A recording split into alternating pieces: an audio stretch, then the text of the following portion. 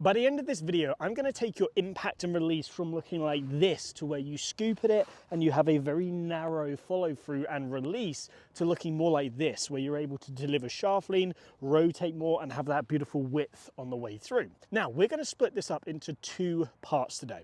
We're going to focus on everything that is pre-impact. So how do we set ourselves up perfectly to then be able to get into a good impact position? And then what do we do post-impact to ensure this beautiful wide release?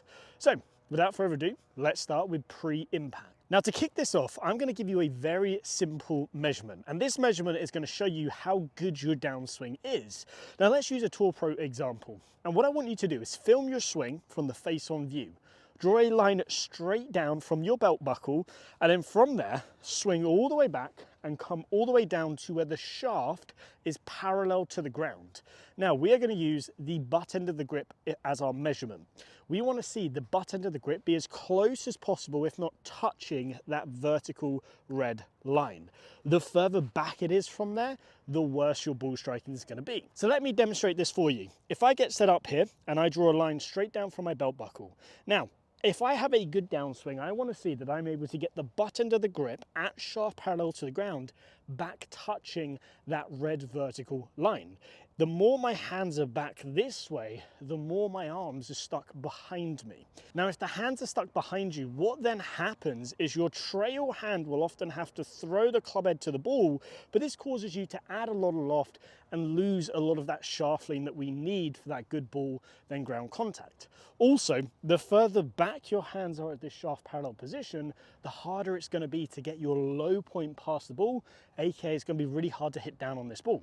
So the key that we need to do is we need to set this position up. We need to make sure that as we go down, we get to this position so our arms are in front of us, and then from there we're able just to release the club and move on to the second phase, which will give us that perfect effortless impact position. So let's show you the easiest way of training this. Now, what you're going to do is set up to the golf ball.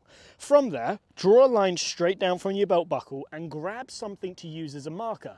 This is an alignment stick head cover. I'm going to place that right underneath roughly where my belt buckle is. And you can do this with a driver. I'll show you how to do this at the end of the lesson with driver. Now, what you're going to do is then walk in and you are going to do some rehearsal swings where you go to the top and you come down and you hit the checkpoint of number one, the butt end of the grip being over that head cover, that marker. Number two, the club face being toe up, just leaning slightly down to the ground. And number three, have the sensation of that elbow being in front of your right hip. We do not want to see it look like this. You can still see here, I technically have the shaft parallel to the ground, facing a good position, butt end of the grip over the marker, but look, my elbow is sucked behind me. Now, what are some feelings that you're going to have when you're doing this? So a lot of golfers struggle because their arms are stuck behind them. Often, this is because they've been told, look, you need to have a body-driven downswing. You need to turn out the way as much as possible. When you do this, you neglect your arms. So what you might need to feel is a little bit of your arms pulling down and across you in front of you. You're going to go to the top. You're going to feel like you come down into this good position. You hit that checkpoint. You can see butt end of the grip is over that marker. Now just do that a whole bunch of times. Feel that right there. Feel what it feels like. You can see as I'm coming down, this is getting me in a good position. So from here, does it look like shaft lean is going to be easy? Yes, it does. You can see how I can generate loads of shaft lean. Then from there, once you've done that, you've got that marker there. You can feel like you're trying to hit it and then just fire away and hit a golf shot. Now, if I play that back in slow motion from the face-on view, let's see if I hit that checkpoint. So if I draw that vertical line down and I come down to shaft parallel to the ground in the downswing, you can see I've hit that marker pretty much spot on right there. So again, this is why I'm able to get that good ball then ground contact. If you can do that, you're going to find your distances increase, but also become more consistent. You're going to get that beautiful ball then ground contact, and overall you're just going to start to play way better golf. On a quick side note, if you're wondering if what we're talking about today applies to you, then head on over to Skillist, grab a free swing evaluation from myself, and we can dive into it, see if this is something you need to work on. If it's not, I can tell you what you need to work on. The link will be down below. So let me now show you how to do this with the driver. And again, we're focusing on pre-impact. So obviously with driver, our setup's a little bit different, but you are going to set up to the ball normally, like you would with a driver, draw a line straight down from your belt buckle and place that marker underneath it. Now, obviously the ball's a lot further forward, so we're not looking at the golf ball here, we're still looking at the butt end of the grip at shaft parallel to the ground. So I'm still feeling like as I swing, I can come down and at shaft parallel, I can get the butt end of the grip on that marker. From there, it gives me a lot of time to be able to release it, but it makes sure that I get my arms in front of me. So let me hit a shot and then we'll play it back in slow motion.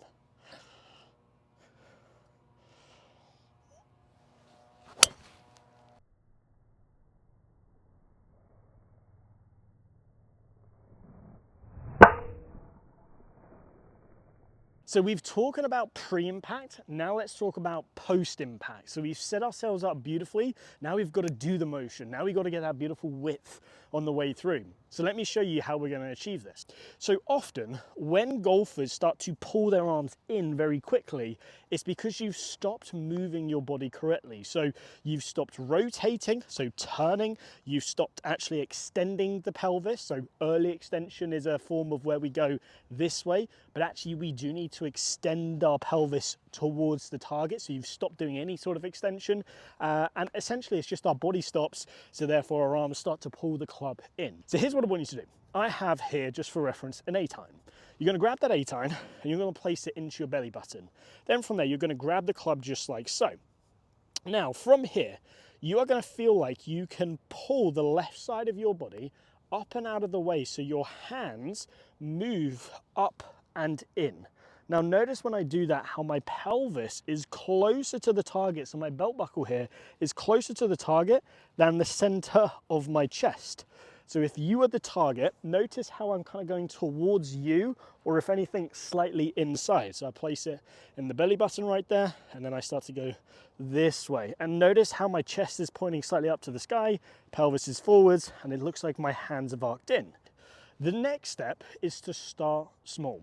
Let's do some half swings where we just focus on trying to hit that good position. So notice how I'm pushing my hips through, chest is up to the sky, arms are nice and wide. So just pick one away just like so.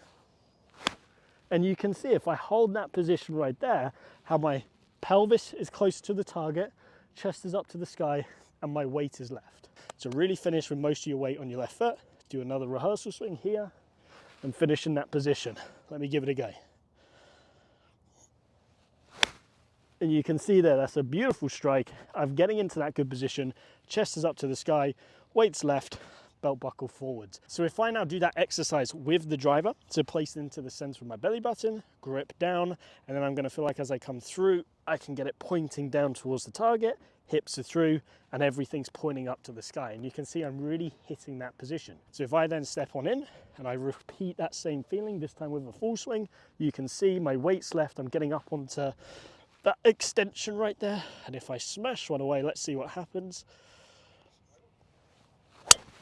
That is a beautiful straight shot, and you can see I've hit that follow through position.